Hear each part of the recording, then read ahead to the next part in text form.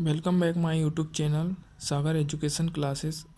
आज हम BSc third year का जो है ये तुल्यता संबंध के बारे में पार्ट 2 में बात करेंगे। तो इसमें जो है कि मेन टॉपिक है तुल्यता संबंध। तो हमें तुल्यता संबंध के लिए जो है कि पहले तो वहाँ स्वतुल्य होना चाहिए, फिर वहाँ सम्मित होना चाहिए और वहाँ फिर संक्रामकता होना चाहिए। तो स्वतुल्य के लिए यदि कोई जो है कि रिलेटिव है कोई समुच्चय, तो वहाँ ए जो है ए रिलेटिव हो ए से तो वह स्वतुल्य कहलाएगा। यदि ए रिलेटिव है बी से तो वह तब बी रिलेटिव ए होना चाहिए तो वह सम्मित कहलाएगा। यदि ए रिलेटिव है बी से और बी रिलेटिव है सी से तो ए बी रिलेटिव होगा सी से, तब वह संक्रामक कहलाएगा। तो इस टाइप से हमें तुल्यता संबंध, यदि ये तीनों शर्तें का पालन करता है कोई भी फंक्शन के लिए कोई भी समीकरण, तो वह तुल्यता संबंध कहलाता है। जैसे कि हम एग्जाम्पल में देखते हैं कि यदि समुच्चय ए में एक समुच्चय ए है जो आर एक तुल्यता संबंध है, जो समुच्चय ए तुल्यता संबंध है तो आर इनवर्स में एक तुल्यता संबंध देखना है। तो इसके लिए हम देखते हैं कि स्वतुल्यता, तो ए जो रिलेटिव है ए से तो वहाँ जो है कि पूरे जो अवयव है इसके जो आर में होंगे, तो हम आर इनवर्स में देखते हैं। तो हमें आर इनवर्स में देखने के लिए हमें इनके अवयव को पलटना पड़ता है। तो ए है तो ए में ए को जैसे पलटेंगे भी तो ए होगा, तो यह स्वतुल्यता संबंध R1 में भी स्वतुल्यता संबंध दिखा रहा है और ये R में भी स्वतुल्य संबंध दिखा रहा है। इसी प्रकार हम सम्मितता के बारे में बात करते हैं। तो सेकंड में आता है सम्मितता। तो सम्मितता के लिए जो है कि ए से रिलेटिव है, तो इसमें जो है कि ए जो है एक आर बी से रिलेटिव है, ए रिलेटिव है बी से तो बी भी रिलेटिव होगा ए से, जो कि यहाँ पे आर जो है कि एक तुल्यता संबंध दर्शा रहा है। तो इस टाइप से ये पूरे अवयव जो है आर पे रहेंगे। इसी प्रकार हम इसे भी पलटने पे, मतलब कि यहाँ ए भी है, आर इनवर्स के लिए मैं अच्छे समझाता हूँ आपको। ए भी है और ये बी ए है एक इसमें फंक्शन में।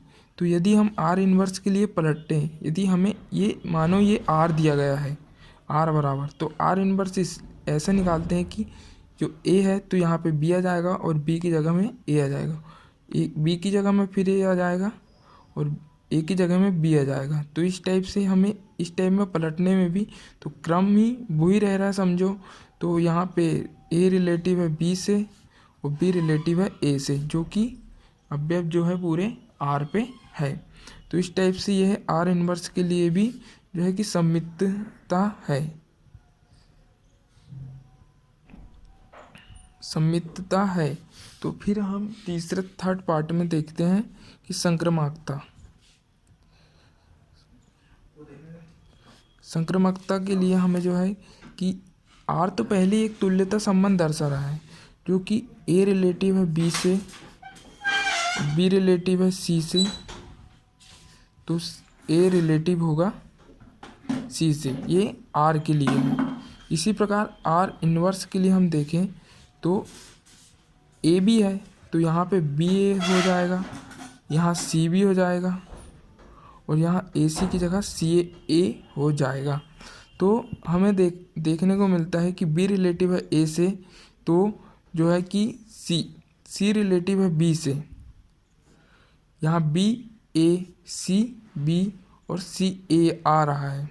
तो मतलब कि ये पलटने में भी क्रमों को ए रिलेटिव है सी से तो यहाँ पे भी सी रिलेटिव है ए से, ये इस टाइप से आ रहा है। तो हमें पता लगता है कि आर इनवर्स में भी जो है कि सी रिलेटिव है ए से, मतलब कि इसमें कोई क्रम का फर्क नहीं है। तो यह जो है तुल्यता संबंध है, तुल्यता संबंध है। तो यह हमारा जो है कि तुल्यता संबंध हो जाएगा। यह तीनों नियमों का पालन करता है, एक तो स्वतुल्य का और इसके बाद सम्मित का और एक संक्रामक का। हम सेकंड एग्जांपल और देखते हैं। यदि ए बराबर एक समुच्चय दिया गया है और समुच्चय ए पर संबंध निम्नानुसार, मैंने प्रांत के बारे में आपको ये जो है कि एक इक्वेशन दी गई है कि x + 2y = 10 है। तो एक्स वाई जो है कि अवयव a है, a में जो है पूरे समुच्चय a में जो है अवयव x y के रूप में दिए गए।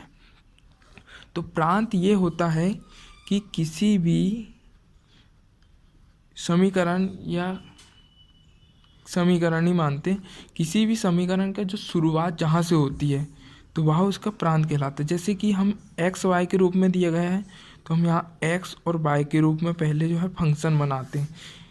हम यहाँ पे x का मान क्या रखें और y का मान क्या रखें कि यहाँ पे 10 मान आए।